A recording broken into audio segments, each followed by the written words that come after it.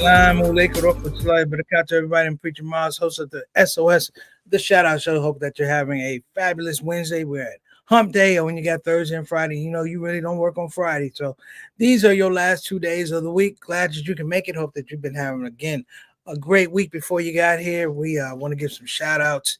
I want to give a shout out to Sister Maisie Thomas, JT's mom. I hope that you are recovering. She had some surgery, and we want to make sure we send the duas her way. Also, want to give a shout out to Sister Reed's son, Juwan. He fell and he injured his knee, so he's going to be off the job for a while. Sending the duas to you, Brother Juwan. We hope that you're feeling better, and peace and blessing, man. You know, take that recovery seriously. Don't rush it. That's one thing. And I didn't do it last week. I'll do it this week. Shout out to the Philadelphia Eagles who trounced the Kansas City Chiefs. I didn't bring it up because I was still a little salty from the Commanders' loss. You know, you had to let that heal. You had to let that wound, that swelling go down a little bit. But they did their thing, man. God bless them. And and shout out to my little one with the big great report card. Much blessings to you. Keep doing what you do. Whew. So I want everybody to kind of buckle down a little bit. Today's topic is Kendrick Lamar's cultural competency.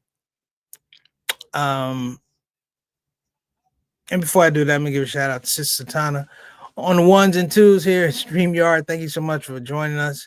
She makes this whole thing go. Believe me, exec producing for so many years, doing a wonderful job. So keep her and her family in your duas. Let me throw this out here. Kendrick Lamar's cultural competency. I took a bit. I didn't talk about it after the Super Bowl because there's so many layers to it. And there is the propensity to overlook something and enjoy what you see as opposed to what you can pull out in terms of, context clues, understanding things. I mean, I thought it was brilliant with Samuel Jackson starting out. But, there's been this whole thing, and there's a cutoff, if you will. There's a rap beef. I don't know what there's rap beef, whatever. There's rap beef with Drake, but I found more and more it was not a rap beef with Drake. It was an issue of cultural competency. The war to understand cultural competency, and this is something that Drake lost because Drake, in some regards, is a Canadian. And when I say Canadian, I do not mean anything about that negatively. That's not what I'm saying. What I'm saying is the culture of Canada and the lower 48 is two totally different things. The ascribing a black identity in the United States is totally different than what it is in Canada. And in a very painful way, in a very public way, Kendrick exposed that, but he also exposed the people who have been obviously overlooking that, who have not put value in this situation, particularly going back to the fact that Trump was elected in November. He was inaugurated, went through his inauguration, and now you see the proliferation of why you need a Kendrick Lamar. Quite simply, this is probably the best DEI that you can have, and probably the last one, this pure, that you're going to see, period. Loaded with all kind of historical content and context. I think the thing that we should understand is that we're not going to see this again. The days of a Kendrick Lamar are very limited. We're only going to see it now. We've been blessed to see other iterations, KRS-One, KRS-One, or Public Enemy, things like that. But KRS-One and Public Enemy and all these kind of guys, Rice Guys, all these kind of guys kind of encapsulate a particular time of black motivation, black idealism, entrepreneurism. Also, reframing what it was to be black, intellectual, and again, socially engaged. So Kendrick gave us this, and he reminded us, because this is a relatively young guy. This is not a 40, 50-year-old guy. Because he's in the process, when he talks about history, he realizes that he's in a seat where he's making it. Shout out to the young man. He won 5 Grammys for what people say is a cultural diss of Drake. I beg to differ. It was a cultural competency awareness exam. And Drake not only failed it, but a lot of people who weren't Drake failed it. A lot of white people failed it. A lot of black people failed it. We are quick to frame something. We call it rap. We're quick to frame something, call it hip hop, But we don't understand that history runs all through that. that if you listen to some of the things that Kendrick Lamar says, and some of the music that he says, some of that is jazz. There are people who professional jazz. Kamasi Washington is a saxophonist, beautiful saxophonist, has played on some of Kendrick Lamar's records. So you understand that this is more than just a rap guy. He is a literary musician. Hence the Pulitzer Prize. But even more so than Pulitzer Prize, it's like this guy has seen some things. So want to give a shout out to my main man, Altaf Rashid. What's going on, brother? All the way from Toronto. My main man, our cultural envoy to the show. What's going on, fella? Thank you so much for joining us. Walaikum assalam wa rahmatullahi wa barakatuh. So let me throw this out again and start at the beginning of this Super Bowl halftime edition. Number one. Now, a lot of people picked this up. If you didn't, I'm going to explain to you. The injection of Samuel L. Jackson as Uncle Sam, but really Uncle Sam Jackson, is different. Because if you look at the history of Samuel L. Jackson, what a lot of people knew Samuel L. Jackson for, while he was a tremendous artist, actor, don't get me wrong, he was an activist. He was a radical at Morehouse University. Again, Morehouse, famous HBCU down in Atlanta. But he was part of a group that took over building and held board members hostage for 2 days. One of the hostages, was Dr. Martin Luther King's father, Martin Luther King Sr. They held him there for 2 days. And what they argue is they wanted black representation on the board of directors. Why? Because though it was an HBCU, a large part of the board of directors were white. And this is a consciousness that he had, and it carried over. He was not a pallbearer at Martin Luther King's funeral, just so you know, in 1968. He was an usher.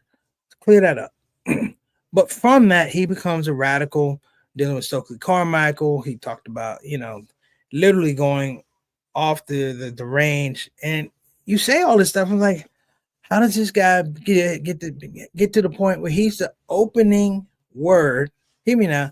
He's the opening word, the opening face you see on the biggest corporate entertainment thing in the world.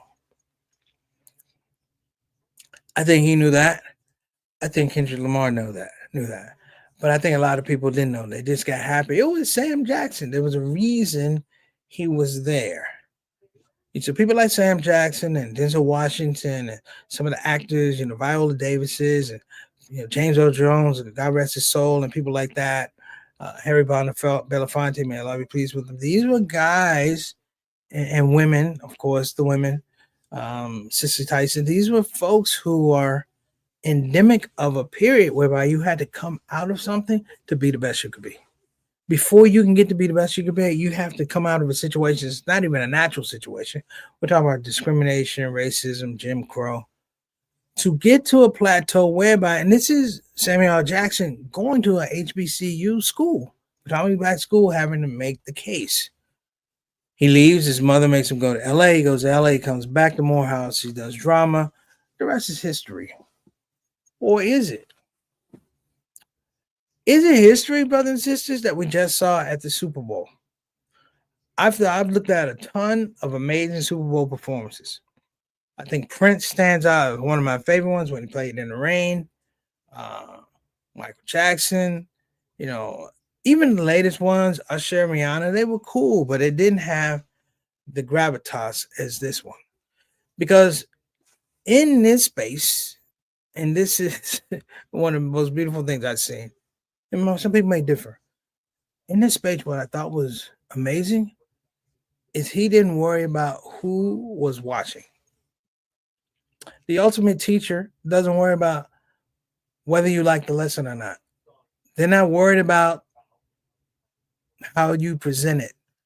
They're worried about getting an idea out and making sure that it, in its initial presentation, that is pure, that is bonded in a way. And then out of that, we can have discussion. What I thought was also interesting is he laughed at a lot of hip hop culture. Let me say that again. He laughed at a lot of hip hop culture. Because even now, when I look at it, I scroll. Marlon Wayans having a beef with Soldier Boy. I'm like, but who are they in a cultural landscape? Who are they? I know who the Wayans family is, but who are they in a cultural landscape? Going, okay, what is the contribution, the overall contribution to the culture? I got some people in Instagram, a whole lot of people on Instagram. Let me see. Fatima joined. Fitra Rashid, Salam alaikum, Salam alaikum. Arfan, Anissa, Salam alaikum. Can't even get to the phone. Muhammad Wright, Salam alaikum. Big brother Bilal, Salam alaikum rahmatullah barakatuh to you and your queen, Sister Sonia Dalton, Salahuddin, okay. Najma Brown, how you doing, Esquire? Good to see you. MMA, we got Kaylin Lee, we got Valentine Queen, we got Duria Sawacha. I'm messing your name up, sorry. My name is just Damien. Hey, what's going on, brother? Great show this weekend. We had a great show down there in Raleigh. Anissa, walaikum assalam, rahmatullah barakatuh. Funny memoirs of a convert. Thank you guys for joining. So let me throw this out here. Let me throw this out here. If Kendrick Lamar flipped everything and did Not Like Us first, would you really have stayed and listened for the last 14 minutes? Would it have been as impactful the last 14 minutes? He's a bit of a magician in the way that a lot of our cultural icons are a bit of a magician. That not only do they do code switching, but they do cultural competency switching. Giving a platform for people to stay on long enough just to get a taste of it. Not a long engagement, but a taste of it, because that means you have to invite yourself to whatever the knowledge is. And as I watch this, think about it, it's only 13 minutes to 14 minutes, 13 minutes to 14 minutes. Beautifully choreographed. You know what it was like? It was like a stroll to your favorite Black history library. Now, some people are my favorite. There are no favorite Black history library. You got to make your own. But what I'm saying is, and what I enjoyed, was it was a storytelling. It's a book about America. And a book about America is being told from a very, very Black, very, very honest, very, very direct perspective.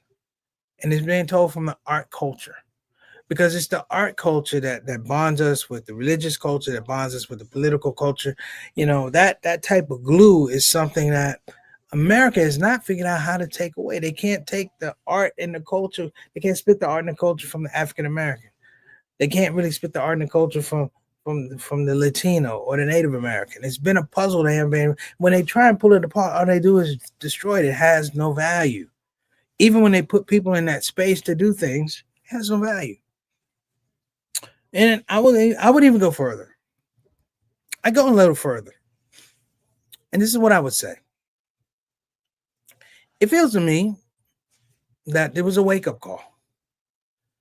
There were strains of Last Poets in what he was saying. There were strains of Gil Scott Heron in what he was saying. There were strains of Paul Robeson in what he was saying. There were strains of course, James Baldwin in what he was saying. There were strains of Malcolm X, Muhammad Ali. All of our Black icons in the space, in the landscape, but we don't see them anymore.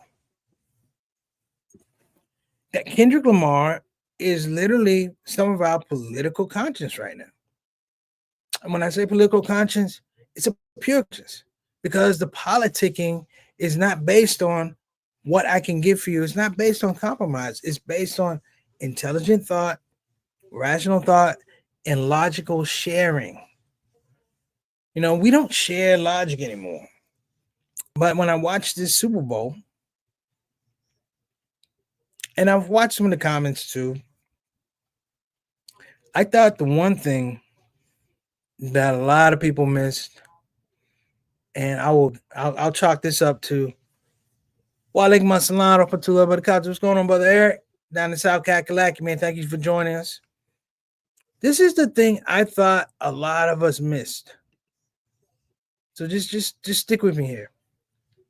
At the beginning of the program, where people coming out of the car and all of that, and they're dressed in red, white, and blue, and it's pretty predictable. It's like, yeah, red, white, and blue. They're gonna make a flag, and then when he did a song, the flag tore. I watched this maybe about 4 times. People forget this young man is from Compton. So the red, white, and blue isn't the red, white, and blue of the flag. The red and blue, Bloods and Crips. Bloods and Crips. And if you watch his concert that he did in Inglewood, they united the West Coast, not just West Coast musicians, but you had Bloods and Crips on that stage. Literally the red and blue around the white. Because the white didn't have any value. It's really the red and blue that you paid attention to. And understanding that is interesting because we tend to think of the Bloods and Crips as somehow barbaric or uncouth, or we have all these things that they're all evil, but he humanized them. He humanized them in front of the world at the Super Bowl and showed you the symbolism of, we talk about Bloods and Crips as gangs. America is built and maintains power, oppression, wealth through gangs. We are a country of gang culture. I don't know if anybody picked that up, but I was reading, I was watching, I saw that red and blue, I saw that white, and this guy's telling us, forget about Republicans, forget about Democrats, forget about MAGA. When you get into white supremacy, you are talking about gang culture. Rules don't matter, Constitution doesn't matter, amendments don't matter, rights don't matter, ethics don't matter, morals don't matter. Nonetheless, you take the bottom of society talking about Bloods and Crips, and you know what they did? Everything that I told you to matter, this one guy with this one song unites them, and it does matter. Respect matters, dignity matters, manners matter. And I'm like, wow, this is amazing, because all of that happens before he gets to Not Like Us. And people may disagree, but Not Like Us is a throwaway. Maybe it took me 4 or 5 listens of Not Like Us and watching other people's reactions. It's a throwaway song. The second part of that song, talking about Tupac, talking about Atlanta, underground, talking about, you're not a colleague, you're a colonizer. People.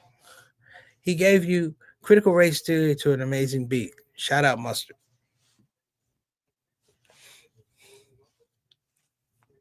What else do you hear that sounds like that? What other anthem do you have out there that's not like us, where, okay, yes, Drake got taken down. It was brutal. I don't listen to a lot of his songs. I barely listen to Kendrick songs, but I do listen to when people put out positions and arguments. And I'm talking about the timing of intellectual didactic.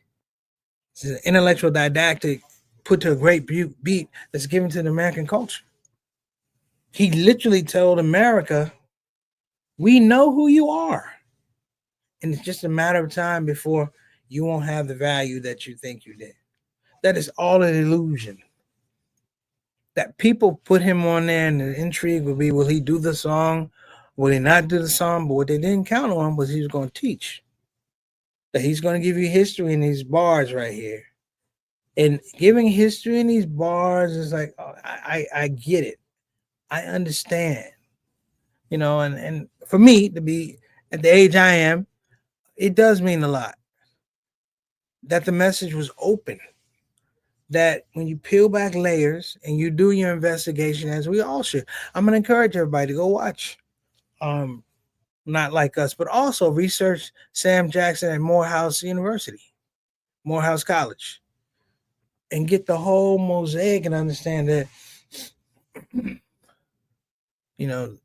this battle was won and a gun was never shot. Nobody pulled the string on a cannon. None of that. Literally, it was over before it started. They say it's the setup. Everybody was set up. When he says game over, he makes everybody wait till at the end and says game over. I mean, he had a game console there, like what the Xbox or whatever, and people talked about that, the XO. And it's really saying that, in this game, you don't have the control unless you have the knowledge to know that you're in a game. One of the things I'm gonna spend a little time on is this whole analogy of Drake. Drake is just a rapper at the wrong place at the wrong time. He picked a fight with the wrong guy. Right, Satana? Don't go to a dictionary fight with a thesaurus, which is literally what happened.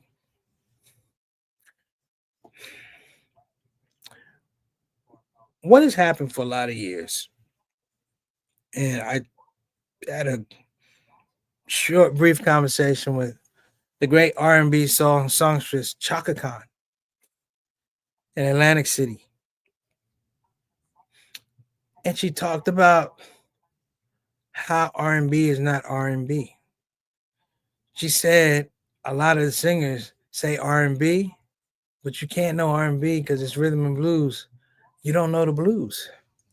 You don't know Bessie Smith. You don't know Muddy Waters. You don't know Albertina Hunter. You don't know these great blues singers. And these blues singers are a dialogue. They're running record of what America is.